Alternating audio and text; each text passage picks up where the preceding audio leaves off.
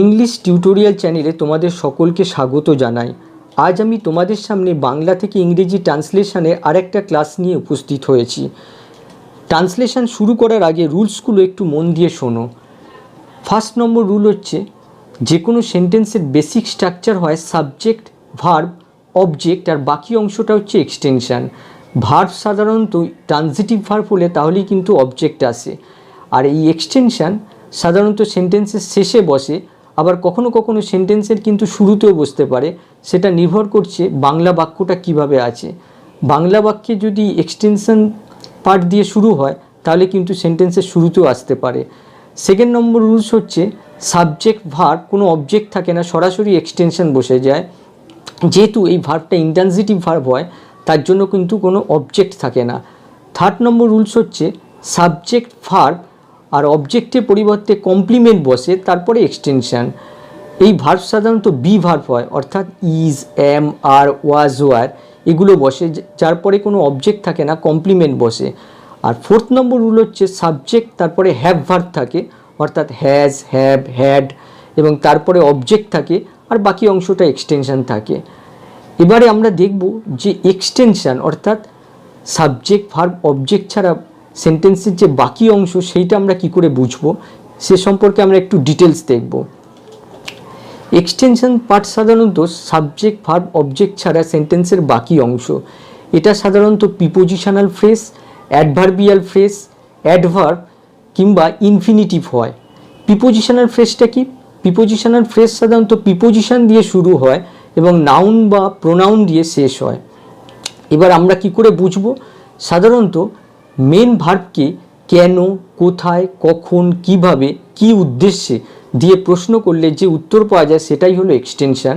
আবার বলছি, এক্সটেনশান বোঝার উপায় হচ্ছে মেন ভার্বকে কেন, কোথায়, কখন, কিভাবে, কি উদ্দেশ্যে দিয়ে প্রশ্ন করলে যে উত্তর পাওয়া যায় সেটাই হলো extension.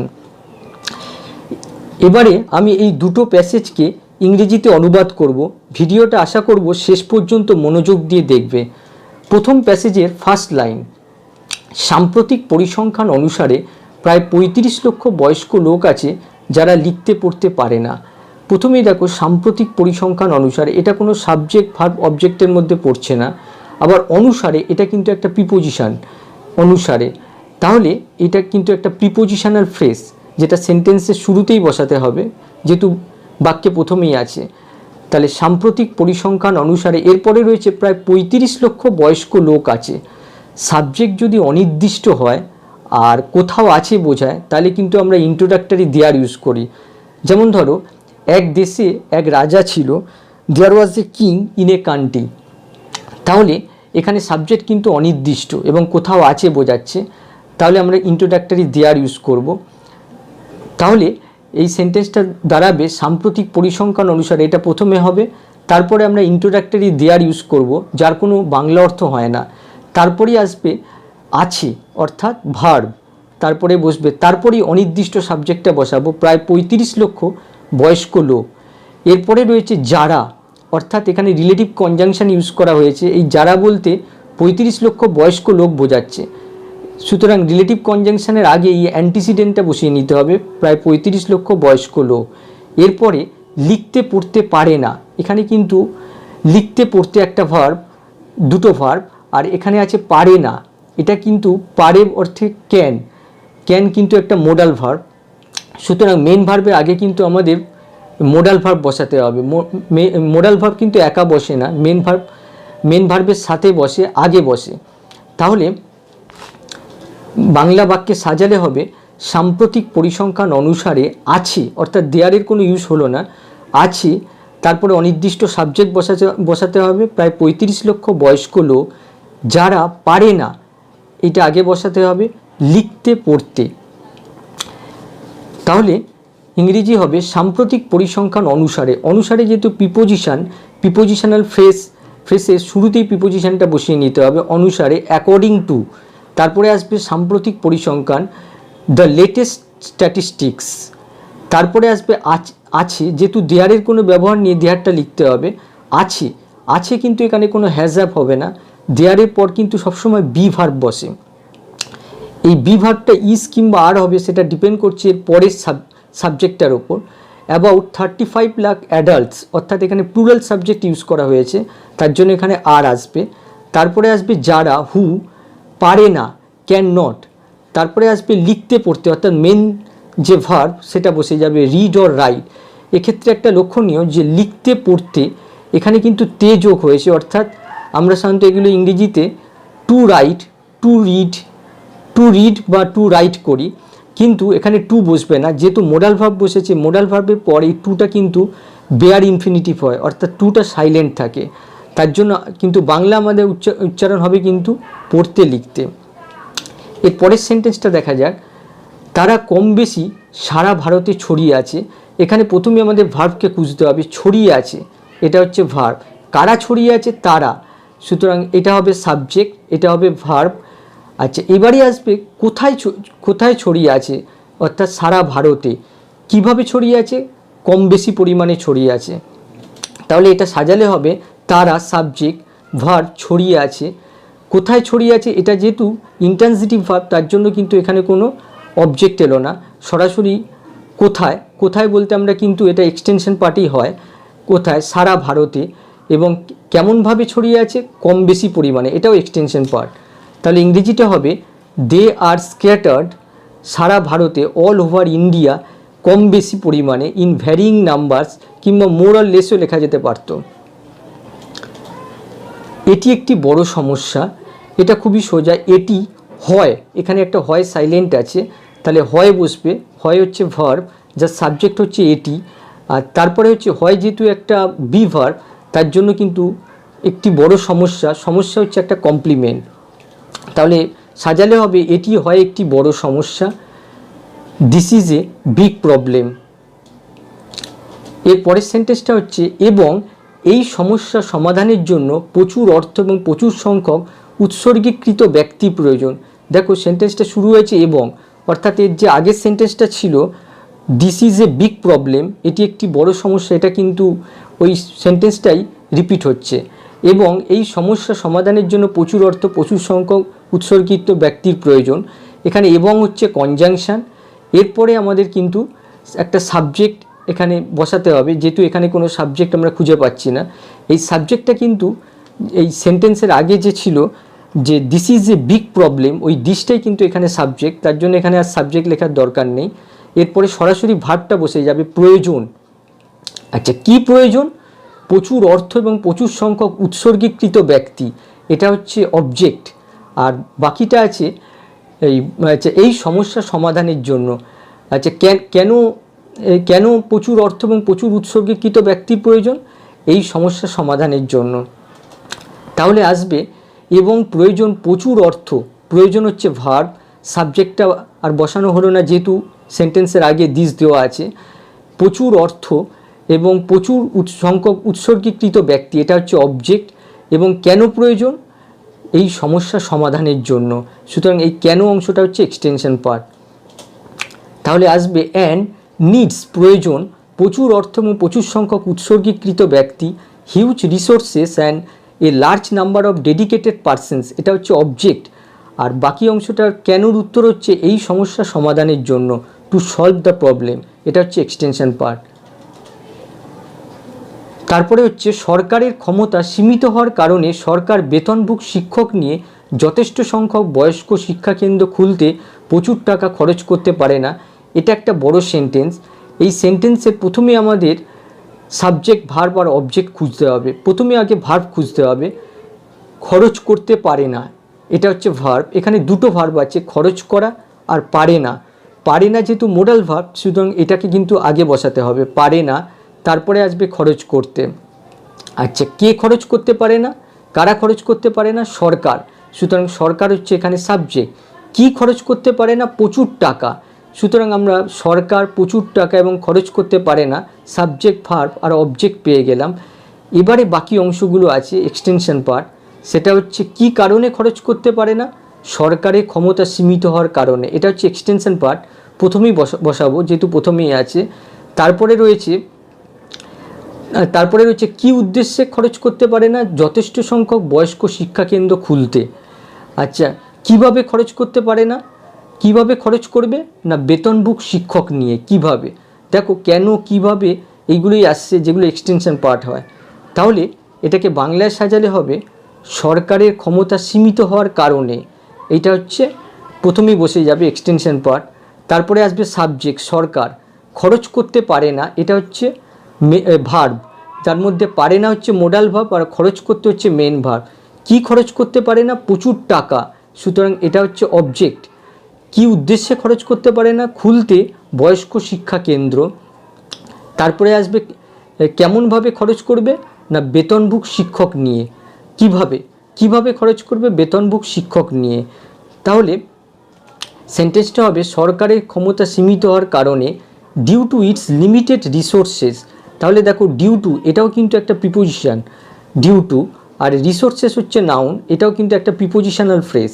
Due to its limited resources the government, এটা হচ্ছে সাবজেক্ট। ক্যান নট স্পেন্ড, এটা হলো ভার্ব। কি হিউজ সামস অফ মানি, এটা হচ্ছে অবজেক্ট। কি উদ্দেশ্যে? To open adult education centre, এটা হচ্ছে ইনফিনিটিভ ইউজ করা হয়েছে এখানে। তারপরে আসবে বেতনভুক শিক্ষক নিয়ে উইথ পেড টিচার্স। সেজন্য জনগণের নিরক্ষরতা দূরীকরণে স্বেচ্ছামূলক সামাজিক এবং শিক্ষামূলক প্রতিষ্ঠানগুলির একটি বড় ভূমিকা আছে। এবারে এখানে আছে এটা হচ্ছে ভার্ব। আচ্ছা, কার আছে, কাদের আছে? সাবজেক্ট হচ্ছে স্বেচ্ছামূলক সামাজিক ও শিক্ষামূলক প্রতিষ্ঠানগুলির বড় ভূমিকা আছে। কাদের বড় ভূমিকা আছে? এটা হচ্ছে পুরোটা সাবজেক্ট। আচ্ছা, কি আছে? একটা বড় ভূমিকা, এটা হচ্ছে অবজেক্ট। তাহলে স্বেচ্ছামূলক থেকে প্রতিষ্ঠানগুলির, এটা হচ্ছে সাবজেক্ট, আছে হচ্ছে ভার্ব, আর কি আছে? একটি বড় ভূমিকা, এটা হচ্ছে অবজেক্ট, পেয়ে গেলাম। এবং কেন আছে বড় ভূমিকা? তার উত্তর আসবে জনগণের নিরক্ষরতা দূরীকরণে, এটা হচ্ছে এক্সটেনশন পার্ট।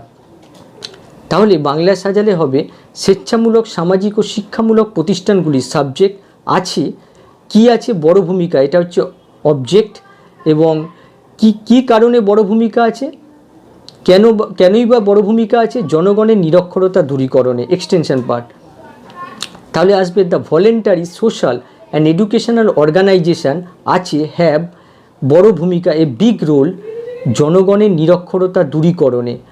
আমাদের লিখতে হবে দূরীকরণ থেকে, দূরীকরণ ইংরেজি হচ্ছে ইরাডিকেশান, রয়েছে দূরীকরণে এ যুক্ত হয়েছে, তার জন্য ইন অ্যাড করতে হবে, ইন ইরাডিকেশান। জনগণের নিরক্ষরতা এর যুক্ত আছে, সুতরাং অফ মাস ইলিটারেসি। এবারে আমরা সেকেন্ড প্যাসেজটাকে ইংরেজিতে অনুবাদ করব। সেকেন্ড প্যাসেজের প্রথম সেন্টেন্স, আমাদের জীবনকাল সংক্ষিপ্ত। তাহলে এখানে সাবজেক্ট হচ্ছে আমাদের, এখানে হয়, এটা সাইলেন্ট আছে, এটা হবে ভার্ব।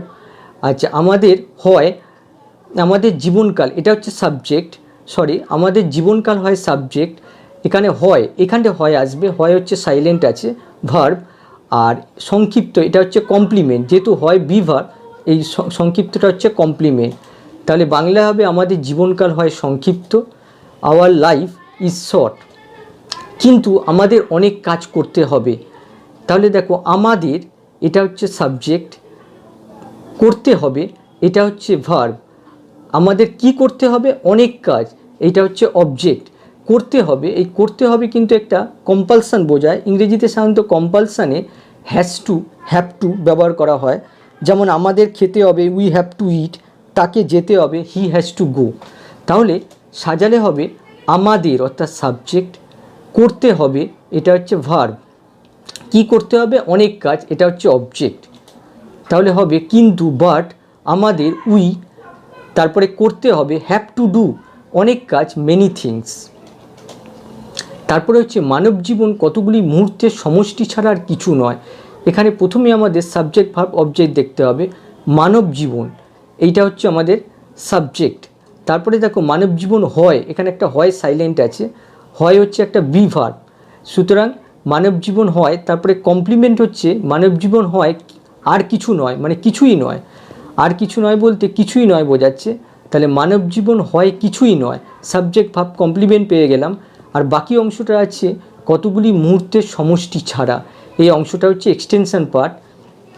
তাহলে সাজালে হবে মানব জীবন হয় কিছুই নয় কতগুলি মুহূর্তের সমষ্টি ছাড়া। তাহলে মানব জীবন হিউম্যান লাইফ হয় ইজ কিছুই নয়, নাথিং। তারপরে রয়েছে কতগুলি মুহূর্তের সমষ্টি ছাড়া, but a collection of moments. এক্ষেত্রে দেখো বাট, এটা কিন্তু এখানে প্রিপোজিশন অর্থে ইউজ হয়েছে। বাট সাধারণত কনজাংশন হলে তার মানে দাঁড়ায় কিন্তু, কিন্তু বাট যদি প্রিপোজিশন হয় তার মানে হয় ছাড়া। এই প্রিপোজিশন বাট আর নাউন হচ্ছে মুমেন্টস। তাহলে দেখো প্রিপোজিশন দিয়ে শুরু হয়েছে, নাউন দিয়ে শেষ হয়েছে, এটা একটা প্রিপোজিশনাল ফ্রেজ ইউজ করা হয়েছে, এক্সটেনশন পার্টে বসেছে। সেজন্য আমরা একটি মুহূর্ত বৃথা অপচয় করব না। এখানে ভার্ব হচ্ছে অপচয় করা, অপচয় করা হচ্ছে ভার্ব, অপচয় করব না। কারা কারা অপচয় করবে না? আমরা, আমরা হচ্ছে এখানে সাবজেক্ট। কি অপচয় করবে না? একটি মুহূর্ত, এটা হচ্ছে অবজেক্ট। তাহলে সাবজেক্ট ভার্ব অবজেক্ট পেয়ে গেলাম। বাকি অংশটা আছে কেমনভাবে অপচয় করব না, বৃথা অপচয় করব না। এই বাকি অংশটা হচ্ছে বৃথা। তাহলে সেজন্য আমরা অপচয় করব না একটি মুহূর্ত বৃথা। সেজন্য আমরা উই, তারপর অপচয় করব না, এটা কিন্তু ফিউচার ইনডেফিনিটে আছে। তাহলে উইল নট ওয়েস্ট একটি মুহূর্ত, এটা হচ্ছে অবজেক্ট, এ মোমেন্ট, তারপরে বৃথা, ইউজলেসলি, বাকি অংশটা বসে গেল। সময় অপচয় করার অর্থ হলো জীবনকে সংক্ষিপ্ত করা। এখানে দেখো সময় অপচয় করা, জীবনকে সংক্ষিপ্ত করা দুটোই একই বোঝাচ্ছে, একই মিনিং। অর্থাৎ এখানে এইটা হচ্ছে সাবজেক্ট, সময় অপচয় করা, আর জীবনকে সংক্ষিপ্ত করা এটা হচ্ছে কমপ্লিমেন্ট বোঝায়। আমরা যখন শুরু করব অপচয় করা সময়কে, তারই অর্থ হচ্ছে সংক্ষিপ্ত করা জীবনকে। তাহলে এর ইংরেজিটা হবে অপচয় করা, টু ওয়েস্ট। এটা হচ্ছে ইনফিনিটিভ ইউজ করা হয়েছে, যার অর্থ হয় অপচয় করা সময়কে, time, to waste time is. এখানে বি ভার্ব ইউজ করা হলো যেহেতু এর পরেরটা কমপ্লিমেন্ট। তারপর হচ্ছে সংক্ষিপ্ত করা জীবনকে, টু শর্টেন লাইফ। অর্থাৎ সাবজেক্ট আর অবজেক্ট যদি ইকুয়াল হয়, একই বোঝায়, তাহলে কিন্তু এটার অবজেক্ট থাকে না, এটা হয় কমপ্লিমেন্ট। তারপরেরটা হচ্ছে সময় ও স্রোত কারোর জন্য অপেক্ষা করে না। তাহলে এখানে অপেক্ষা করে না এটা হচ্ছে ভার্ব, কারা অপেক্ষা করে না? সময় স্রোত, এটা হচ্ছে সাবজেক্ট। তাহলে সময় স্রোত অপেক্ষা করে না, এটা ইন্ট্রান্সিটিভ ভার্ব, যার জন্য কোনো অবজেক্ট আসেনি। তাহলে ইংরেজিটা হবে সময় স্রোত, টাইম অ্যান্ড টাইড অপেক্ষা করে, ওয়েট ফর নান, কারোর জন্য অপেক্ষা করে না। তাহলে ওয়েট হচ্ছে এখানে ভার্ব, আর টাইম অ্যান্ড টাইড হচ্ছে সাবজেক্ট। আজকে এই পর্যন্তই। এর পরের ভিডিওতে আরও কিছু চমকপ্রদ টপিক নিয়ে আসবো। আমার এই চ্যানেলটাকে সাবস্ক্রাইব করো যাতে ভিডিও আপলোড করা মাত্রই তোমরা দেখার সুযোগ পাও।